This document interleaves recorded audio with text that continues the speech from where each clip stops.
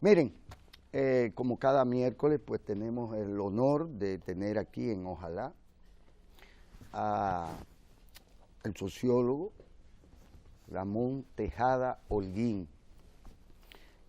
Además de sociólogo, porque podría ser sociólogo, los hay que no se ocupan de todo lo que se ocupa Ramón desde hace mucho tiempo, que son fundamentalmente temas asociados a las políticas públicas, no solo del gobierno, sino a las que desde también en su momento la llamada sociedad civil, pues apuntó como parte de la agenda nacional con la que también se comprometían. De tal suerte que con Ramón pues podemos conversar sobre temas tales como que están también reflejados en las revistas comerciales del país, temas como el del Consejo Nacional de la Magistratura.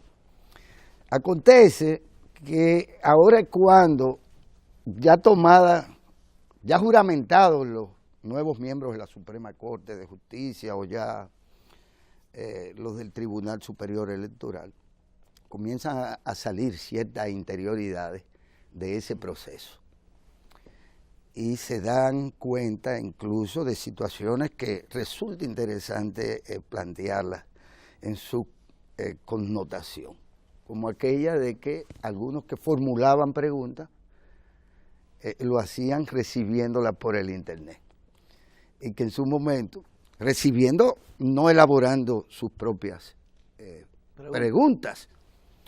Y bueno, eso es parte de lo anecdótico, pero lo cierto es que también hay conductas que rayan en lo inconsecuente, en lo absurdo. Y es que miembros de un órgano decidan actuar destempladamente al margen de ese órgano, pero además descalificar en absoluto finalmente el proceso, como que ahí lo que se hizo fue simple y sencillamente apuntalar al partido de gobierno y el poder del mismo. Mira, siempre se habla en la República. Permíteme brindarte esto antes de, discúlpame, puedes arrancar, pero aquí tenemos a Kenia, que como sabes, ella particularmente quiere venirte a brindar el café cuando tú vienes los martes. Pues muchísimas gracias, Kenia. Gracias. Gracias, Kenia. Gracias, chica. Arranca. Bueno, te decía, el Consejo Nacional de la Magistratura es un órgano creado por la Constitución de la República, cuya misión es elegir lo que llaman las altas cortes. Y las altas cortes serían formadas por la Suprema Corte de Justicia, se llaman altas cortes porque están en todo el sistema judicial, el Tribunal Constitucional y el Tribunal Superior Electoral, que es el que tiene todo en materia de electoral, partidos políticos, cualquier litigio interno, etcétera, es el que tiene la última palabra. Es un órgano constitucional que tiene una característica de que para ser elegido se busca que estén representados todos los actores políticos.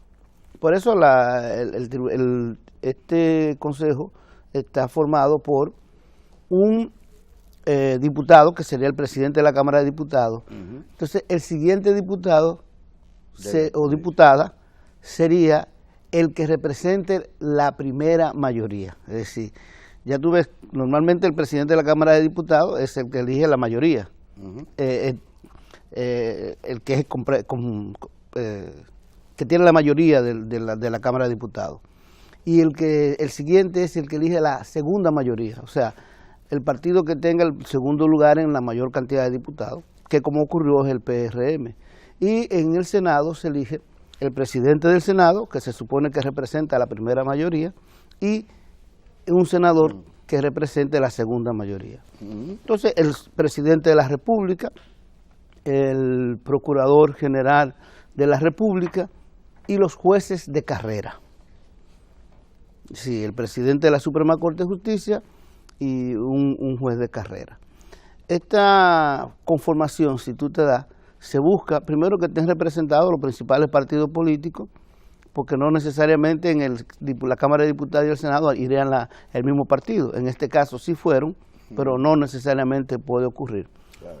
Y se busca hacer un órgano donde se pueda negociar. Como institución de esa naturaleza, su análisis y estudio nos puede decir de las capacidades que tienen precisamente quienes estuvieron allí para ese proceso de negociación y de respeto a la institucionalidad. Hay unas reglas del juego para tú evaluar cómo estuvo ese comportamiento. Lo primero es establecer qué dice la Constitución y las leyes y la normativa y los reglamentos de cómo se deben elegir los jueces de la Suprema Corte de Justicia. Bueno, te dice que tienen que ser jueces de carrera, si hay una cantidad, una cuota de jueces de carrera. En este caso, se iban a elegir 4 jueces de la Suprema Corte de Justicia, 3 tenían que ser de carrera, y hay una cuota que le llaman como la cuota del abogado, de la gente del derecho, que incluye también al Ministerio Público, porque la idea es, bueno, está bien que los jueces vayan subiendo según la carrera, pero siempre en un organismo colegiado de esa naturaleza, tú necesitas sangre fresca que venga de fuera. Entonces, en este caso eran 3 jueces de carrera y 1 que viniera como la cuota de los abogados y sectores que están fuera del ámbito de la judicatura, del ámbito propiamente dicho de los jueces, vamos a decirle así. ¿Qué se hizo? Bueno, los 3 jueces de carrera se eligieron, ¿sí? ¿Y qué jueces son? Los que estaban en el top. Es decir, eran jueces que son jueces de corte, que ya tenían una experiencia, tenían que tener más de 12 años de experiencia, y ya tenían una experiencia. ¿Se respetó eso? Pues se respetó eso. Y esos jueces habían hecho una carrera desde abajo, habían hecho una carrera desde el principio, vamos a decir desde sargento, fueron subiendo, capitán, coronel, hasta general. Habían algunas situaciones que se presentaron con algunos jueces en donde lo que se quería era que se violara precisamente ese precepto, porque había un juez que no era juez de corte, que estaba todavía, el símil sería, querían pasar a un juez que era todavía sargento para llevarlo a general. Y eso obviamente por el escalafón es imposible. Entonces la primera lección que tiene esto es que sí se respetó el escalafón, hubo un respeto absoluto a la normativa vigente. Fíjate que a pesar de las críticas que se han querido hacer, primero no han calado la crítica, ha sido aceptado como que esto se hizo, y segundo, además, no han podido evidenciar ni demostrar ningún tipo de irregularidad. Pueden decir algunos aspectos, qué sé yo, subjetivos, fulano pertenece a tal partido, pero siempre va a ser subjetivo, porque recuérdate que desde que se instauró la carrera judicial, todos los jueces que tenían alguna militancia habían renunciado, si es que tenían militancia, algunos no la tenían. Pero además, en un país como República Dominicana, pensar que tú vas a encontrar una persona químicamente pura es una locura. Aquí lo que hay que respetar lo que es la normativa. Pero además, las incompatibilidades en otras reglamentaciones, por ejemplo, la universitaria, usted electo tal cosa, eso no es retroactivo. No, eso no. Usted lo que tiene que hacer es dejar la actividad que usted ejercía, en este caso actividad política partidaria, entonces usted tiene que cesar en ella hasta que esté Pero en este caso estos jueces tenían demasiado tiempo en la judicatura y obviamente ya su lealtad estaba más directamente con la... Exacto, estaba más directamente con precisamente la judicatura que con cualquier asunto partidario. Y el juez que se eligió de la cuota de los abogados fue un juez que era procurador adjunto en el momento y que igual situación que los jueces ya podía tener militancia, pero había renunciado porque tenía más de 12 años precisamente en el ámbito de la judicatura, en el ámbito del Ministerio Público en este caso. Y así que ahí se respetó toda la de la ley. El resto, cualquier crítica, será siempre una crítica subjetiva, pero fíjate que no pueden demostrar un solo elemento que diga que en la elección de los jueces se violó algún tipo de reglamento. Luego tenemos... ¿Es cierto o no el hecho de que existiendo, si es que existiera, un mandato en el sentido de la cuota de género, se cumplió o no con ella? Mira, se eligieron dos, creo que fueron. Dos O tres. Magistradas, o tres, creo que fueron tres. En ese plano no hay una cuota de género. No hay una cuota. No. En el Consejo Nacional, en la elección, no hay una cuota de género. La cuota de género está en los procesos electorales, para ir como candidato, porque la gente que decide. De todas maneras, sí, uno podría decir y que espera que en un proceso como este, pues, si se puede cumplir, aunque sean un 40%, 50% de mujeres, sería lo deseable. Pero también tenemos que ver que arrastramos una situación histórica de la cantidad de jueces que son hombres, que están en el, digamos, a tiro de convertirse en de la Suprema. Pero claro, siempre vamos a decir lo mismo, es lo deseable. Pero no se violó nada con no nombrar una cantidad, simplemente es, como decía, lo deseable. El otro aspecto de esta reunión del Consejo Nacional de la Magistratura es lo del Tribunal Superior Electoral, que es el tribunal que se encarga prácticamente de todo. De nuevo, en el tribunal habían sus reglas del juego de cuáles son los que tienen que ser elegidos. Y mira, yo te puedo decir que la elección que se hizo, a mí me sorprende mucho la posición de sectores de la oposición, porque ellos pueden exhibir un triunfo, más de un triunfo en este sentido. Si lo asumieran como tal. Sí, por lo siguiente, ¿cuántas personas fueron impugnadas en este proceso, tanto para el Tribunal Superior Electoral como para la Suprema Corte de Justicia? Fueron impugnadas públicamente, ya sea por un partido o participación ciudadana o lo que sea, 38 personas. ¿Alguna de las personas que fueron impugnadas está presente? No. ¿Cuál era la gran preocupación del partido de oposición? Que no estuviera ninguno de los jueces anteriores. Que yo personalmente creo que eso fue una barbaridad, pero bueno, ellos tenían esa posición. ¿Eligieron alguno de los jueces anteriores? No. ¿Cuál es un elemento deseable de un juez, en este caso electoral? Primero, que conozca la normativa electoral. Jaques, el que es elegido presidente, es decano de una universidad y tiene años,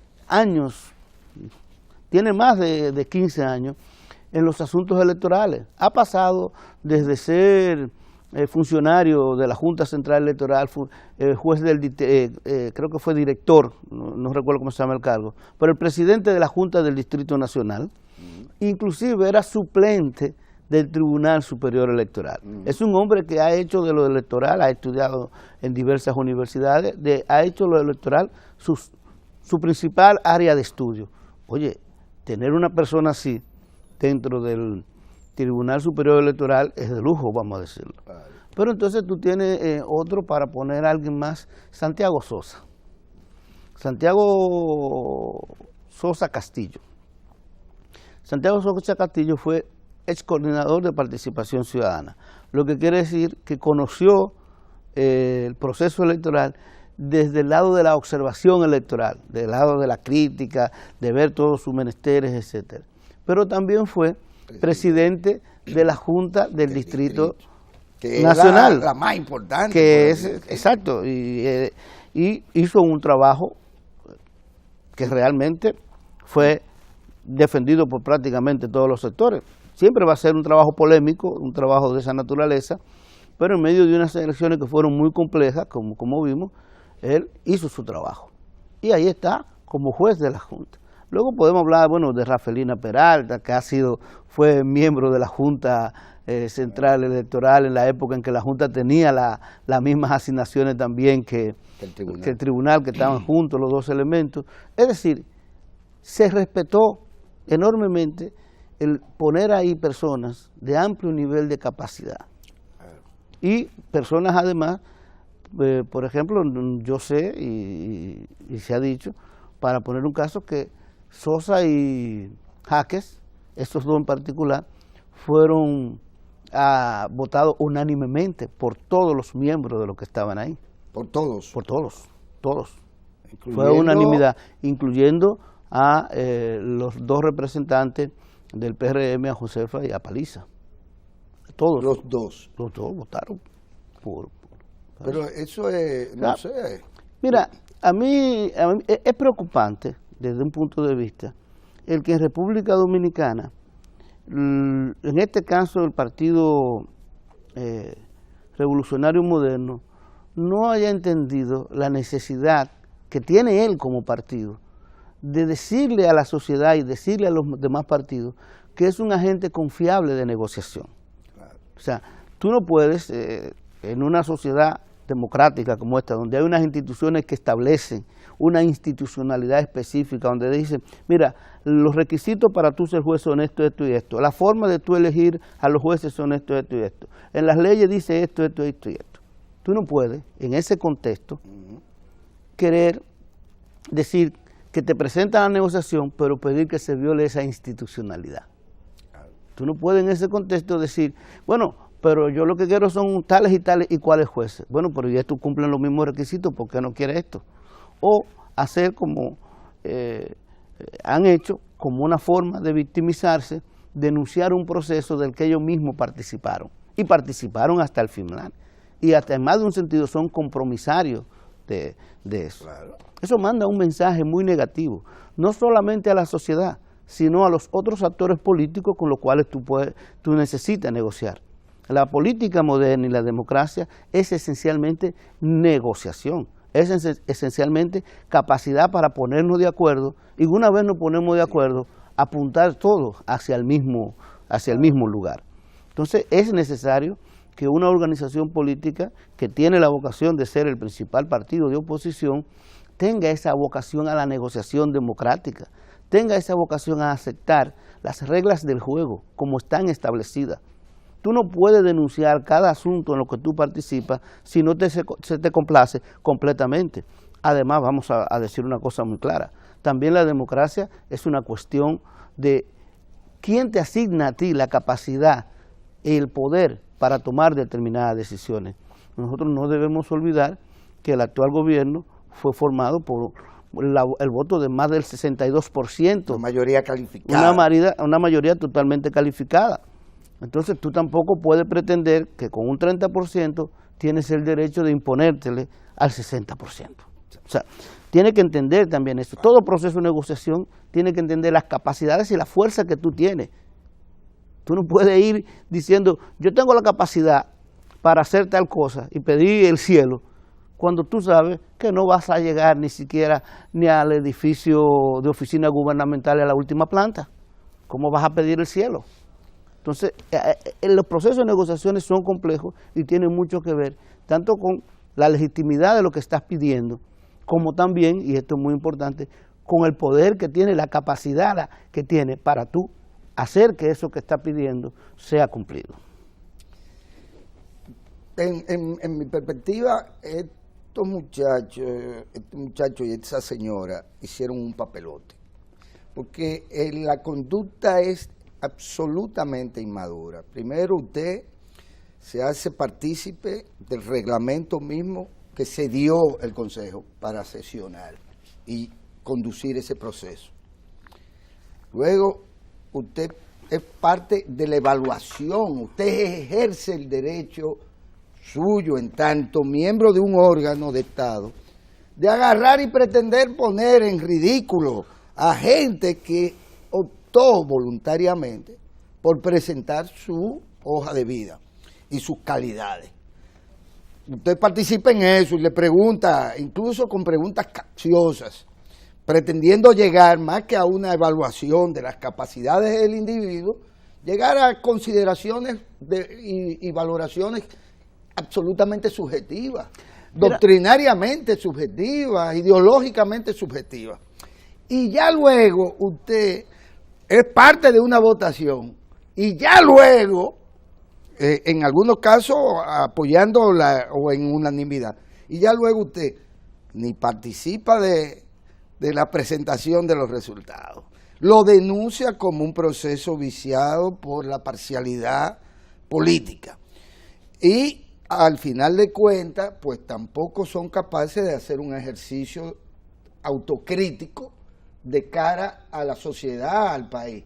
Fíjate que las revistas comerciales hoy, incluso a mí me dieron la impresión, digo, pero es que todos coinciden en que el PRM tiene que hacer algo para ser un partido de oposición, pero un partido de oposición de Estado, que es parte y goza de representación, por ejemplo, en un órgano como este. Mira, pero yo no sería tan radical con ellos dos. Ajá. No, cometieron alguna indiscreción, sobre todo Josefa. Por ejemplo, en un momento, Josefa salió a la prensa a decir algo que se había discutido internamente sobre una persona, lo cual es una barbaridad, porque precisamente la ley protege, y la misma Constitución, esa deliberación. Porque imagínate, tú y yo estamos hablando, y quizá vamos a elegir a alguien de aquí para algo, y vamos a hablar las cualidades y defectos de esa persona. Entonces tú te imaginas cuando si esa persona ve, aún la que fuera elegida, ve cómo se dio el debate y la cualidad de los defectos y lo que tú piensas y lo que yo pienso, podría tener dificultades luego en su propio accionar o presentarse animadversiones. Porque, por ejemplo, el sector gubernamental pudo haber dicho lo que ellos opinaban sobre otros. Claro. O sea, y esa fue una indiscreción muy grande de ella. Una novatada, vamos a ver. Pero durante todo el proceso, fíjate que se eligió, y como te dije, hubo algunos votos unánimes, y es cierto que al final del día, como tú dices, tuvieron esos dos comportamientos. Pero, por ejemplo, la idea de preguntar... La juramentación tampoco tuvieron. La idea de preguntar, ahí la inmadurez yo se la achaco eso al partido que lo más probable no le permitió, y ellos debieron estar, estoy de acuerdo contigo. Pero, por ejemplo, la idea de que las personas por Twitter le sugieran la pregunta a Paliza, a mí me pareció bastante bien, y eso fue transparente. Bueno. Eso está bien, la gente tiene derecho a preguntarlo, estaban transmitiendo por aquí. Si es así todo, quisiéramos tener un miembro del Consejo Nacional con el cual ponernos a formular preguntas. Yo no lo veo mal, porque acuérdate que de todas maneras él iba a elegir las preguntas que iba a responder. Sacar chivo cuando era estudiante. No. Tú podías usar la calculadora en vez de tú hacer tu propio cálculo. No es un mal ejercicio ciudadano. Pero de todas maneras hay un espacio donde estamos de acuerdo en la parte final. Sin embargo, fíjate que el propio PRM hizo una rueda de prensa donde celebró por lo menos una parte de la elección. No fue... Que alguien no fuera elegido, eso fue lo que celebraron. No, celebraron también a algunos de los... Sí. Ellos no presentan objeción con los dos que te mencioné en el Tribunal Supremo. Con Sosa y con Rafelina. Y con Jaques. No, a Jaques lo acusó Paliza de ser un activista, de representar un comité intermedio. Te dije en una rueda de prensa que hizo que estaban Milagro, que estaban los otros, ellos no hicieron esa acusación. Pero se le atribuyó eso en la prensa. Sí, pero mira, ahí lo que vuelvo y te digo, lo importante es que esa es la democracia. Sí. Y el Consejo Nacional de Magistratura, la selección, fue celebrada hasta por algunos de los partidos de oposición. Y es conveniente. Y en general fue satisfactoria. Y solamente el PRM y sus grupos satélites tuvieron algún tipo, y no todos, porque también el propio PRM hay sus diferencias internas en este aspecto. Sí. Si te das cuenta, por ejemplo, el sector de Hipólito fue más cauto, e inclusive este señor Eddie Olivares, que fue miembro de la Junta Central Electoral en el periódico, y es actualmente vocero de Hipólito, en el periódico Nacional escribió un artículo muy bueno sobre la estrategia seguida por el PRM, en donde decía que había sido precisamente eso, una estrategia equivocada y errónea, y que le impidió lograr tener una voz dentro del Tribunal Superior Electoral.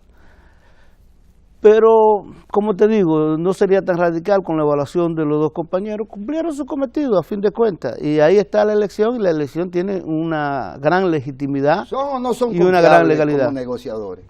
En la experiencia que han tenido, el PRM no ha dado muestra de ser un negociador con el cual tú puedas llegar a un acuerdo que luego sea respetado totalmente. Es decir, ahí es donde viene el problema que ellos tienen y que tienen que resolver, La democracia, como he dicho, moderna, es cada vez más capacidad de sentarse a negociar. Pero para tú y yo sentarnos a negociar, tiene que haber un elemento esencial, y es que yo te reconozco la capacidad de negociar conmigo y te respeto. Y que tú me reconoces a mí la capacidad de negociar contigo y me respetas. Tú conoces la legitimidad, yo reconozco la legitimidad tuya como vocero del grupo que sea, la legalidad y los poderes que te asisten a ti para conversar conmigo. Y tú reconoces en mí lo mismo. Ahora imagínate que yo comienzo a decirte a ti, usted no es más que un dictador, usted es un ladrón, usted es un hijo, usted es esto, usted es lo otro, y entonces después digo, vamos a sentarnos a negociar. Eso es imposible. Sí. Eso no es factible. Y hasta después de eso hay que negociar. Sí. Pero es la historia. Pero yo no voy a confiar en que tú si vas a cumplir con lo que tú y yo pactemos, si lo que tú tienes hacia mí son esas observaciones. Ramón, en esa misma perspectiva, con respecto al plan de regularización, su extensión o no, la posición de los llamados nacionalistas, la posición en general de los medios comerciales y eso, ¿son confiables los haitianos? Mira, es una buena pregunta, pero déjame hacerte una observación. Te refieres al Plan Nacional de Regularización de Extranjeros. Exactamente. Que el Plan Nacional de Regularización de Extranjeros, y esto es muy importante que la gente lo sepa, porque hay confusión y están mintiendo alguna gente, creo que a propósito, porque ellos saben muy bien cómo se hizo ese plan, de los sectores que tú llamas nacionalistas, es lo siguiente: el Plan Nacional de Regularización de Extranjeros terminó, oye bien, terminó en el 2015. En julio del 2015 fue cerrado. ¿Por qué? ¿Qué es el Plan Nacional de Regularización de Extranjeros? ¿O qué fue? Recordemos que hay una ley nueva, bueno, en aquel momento, en el 2004 más o menos fue de la ley, sí, por ahí fue en la transición Hipólito Lionel, de una ley nacional de migración que en ese momento se asumía nueva, que planteaba una nueva política migratoria y un reglamento que se tardó muchos años en elaborar y que por fin en el 2013 este gobierno promulga. Entonces en el reglamento, como había una nueva ley, un nuevo reglamento y regla del reglo nueva, se establece, y eso se ha hecho en todos los países del mundo, que el que esté ilegal hasta un determinado momento, en este momento era octubre del 2011, aquella persona que podía demostrar que llegó antes de octubre del 2011 y que tenía cierto arraigo en la República Dominicana, podría optar por regularizar su situación. Dicho en buen dominicano, por tener sus papeles. Sus papeles en orden. De residencia, no de ciudadanía. Y esas personas que podían optar por eso, tenían que presentar ciertos requisitos. Eso es el Plan Nacional de Regularización de Extranjeros, que si bien el 90% de las personas, o quizá un poquito menos, pero 85-90% eran haitianas, era válido para todos los extranjeros, no solamente para los haitianos. Hasta el julio del 2015 se inscribieron unas 200, creo que fueron alrededor de 280.000 personas, de las cuales 30.000 no calificaban. Al final del día lo que calificaban estaban en alrededor de 245.000 y pico, o 42.000 y pico. Esas personas se inscribieron y se les dio un carnet provisional porque algunos no completaron el proceso porque les faltaban documentación de Haití principalmente. Esa era la documentación del proceso. Entonces, ya se cerró el plan de regularización de extranjeros. Nadie, absolutamente nadie, ningún extranjero puede ir a inscribirse en el plan. Ahora, ¿qué ocurrió con esas personas que ya se inscribieron y que se acogieron a ese plan que ya está cerrado? Bueno, hay alrededor de 220.000 personas que tienen un carnet que es provisional porque le faltaban algún documento, que ahí es donde viene la pregunta: ¿qué hacemos con esas 222.000 personas? O puede ser menos porque ya muchos han estado regularizando. Hay una cantidad de personas que tienen un carnet que se le va venciendo, no es que se vencieron todos ya, es que se le va a ir venciendo según la fecha en que se le expidió el carnet a esas personas. Pues Ahí dice es donde, que solo 143.000 tenían el carnet que se venció hoy, 17 de julio. no, ahí debe haber una imprecisión. Se van venciendo. Sin embargo, hasta hace poco dice, solo se habían inscrito 53.000 nacionales haitianos que se acogieron al plan. Pero de eso la Junta solamente ha podido identificar No, a es que 15. se está confundiendo todo. Oye, eso es otra cosa. Eso es otra cosa. Este es el Plan Nacional de Regularización de Extranjeros que se refiere a migrantes, a personas que nacieron en otro país y están aquí trabajando o estudiando. Lo que tú acabas de leer es un asunto que se refiere a la nacionalidad, a las personas que fueron identificadas por la Junta Central Electoral como que tenían un acta de nacimiento y que por diversas razones, sobre todo por la ley del Tribunal Constitucional aquella, no le correspondía la nacionalidad, pero habían sido inscritos. Y se dio entonces, bueno, si ya usted lo inscribió, si la Junta le aceptó en su momento, en aquella época, había que reconocerle su acta de nacimiento. Eso es otro caso. El Plan Nacional de Regularización de Extranjeros se refiere solo a las migraciones. Terminó y hay una serie de personas que están aquí, que están trabajando, que tienen ciertas arraigos, porque lo demostraron cuando se hizo el plan, incluyendo hijos nacidos aquí, que se le vence ese carnet, y la pregunta ¿qué se hace? Hay que renovárselo. O se le renueva el carnet, o simple y llanamente también, también se le puede decir, usted cumple con el proceso normal, haga el proceso normal que todo el mundo hace. Pero no es prórroga al Plan Nacional de Regularización de Extranjeros.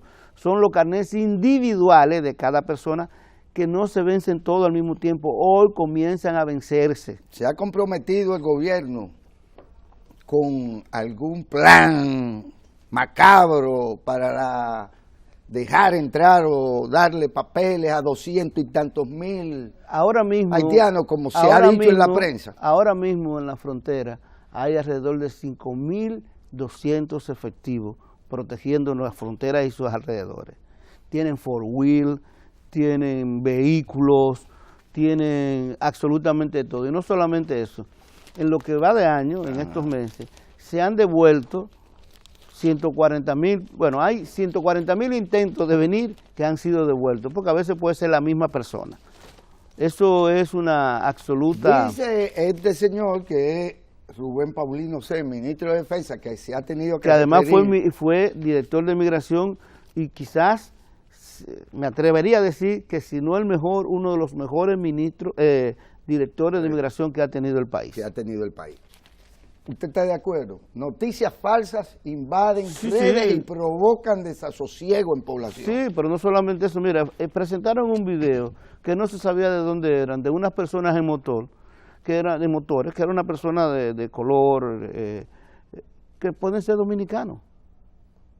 Porque nosotros tenemos... Claro, aquí todos son negros. De la zona, o sea, presentaron unos videos que eran de que la invasión. ¿Y sabe lo que era? La gente entrando al mercado binacional a comprar, que es así como se hace. Y también eran videos viejos. Entonces, así no se puede. La prensa lo que debe hacer es ir allá a la frontera. Ahora, ir allá y verlo in situ. Usted que maneja el mundo de las opiniones y de la opinión pública como un científico, está tan imbuido en el dominicano el anti-haitianismo de tal suerte que la población dominicana espera del gobierno lo que muchos llaman mano dura. No, mira, nosotros hemos hecho trabajo y encuestas sobre estos temas y en muchas comunidades, en muchas zonas, haitianos y dominicanos trabajan prácticamente hombro con mano, en común, sin ninguna dificultad. Hay algunas zonas en que sí, que hay dificultades, pero también mira lo que ocurre, muchas veces se quiere presentar una situación, vamos a ver, dos vecinos, los dos dominicanos, ¿se pueden pelear a machetazos sí o no por una mujer? Y hay pruebas de que eso ocurre. Yo supongo que sí. Es decir, ahí en la 40 yo supongo. Tomando trago en un dominó, se pueden hacer alguna situación. Entonces, muchas veces se quieren presentar incidentes que son situaciones que se presentan entre los seres humanos, que puede ser con un alemán, puede ser entre dos dominicanos, entre un alemán y un dominicano, entre un estadounidense, como si fuera una situación racial, que no es así. Ahora, sí tenemos que reconocer que en República Dominicana hay un sector de la sociedad dominicana que yo digo que no es mayoritario, bueno, yo no digo no, las encuestas me dicen que no es mayoritario, que sí tienen, por la historia de la isla, algún tipo de xenofobia o algún tipo de animadversión hacia los haitianos. O, como te digo, gente que puede verse desplazado de algún lugar, de algún sentido, y tiene entonces también una animadversión hacia los haitianos. Pero no creo que sea un elemento ni generalizado ni de toda la sociedad. A nivel de la clase política, como se le dice a los que opinan y hacen política, se tiene la impresión de que los haitianos, como Estado, como gobierno, tienen una doble agenda y que de alguna manera no resultan confiables, porque también está la responsabilidad de ellos con respecto a sus... Bueno, mira, hay un asunto claro. Una de las situaciones por las cuales muchos de estos haitianos que tienen su carnet ya no han podido tener el carnet definitivo y que le diga, mira, ya tú eres residente permanente o eres residente de trabajo o lo que sea, pero no han podido regularizar, es porque precisamente el Estado haitiano ha faltado a su promesa de dotar de documentos, sobre todo de pasaporte, a esos nacionales. Así es. Ramón, mira, no tenemos más tiempo, es una pena porque estos temas hay que ventilarlos y no puede ser que se siga creando opinión pública a partir de las medias verdades, mentiras. Y a veces falsedades francas. Falsedades a la franca. Pero bueno, ya será quizás el próximo martes, cuando ya tú, en compañía de Ramón, pues ya podremos ramonear ya sí, a ramonear, no todavía no, pero ya yo espero que la semana que viene sí. Sí, está bien. Miren, a ustedes, pues obviamente, como de costumbre, hay que recibir a Lalo, que nos va a hablar sobre Adrián Beltré, sobre el otro muchachito que acaban de subir y que es la superestrella. Pues Lalo estará, como de costumbre, con sus animados comentarios sobre el deporte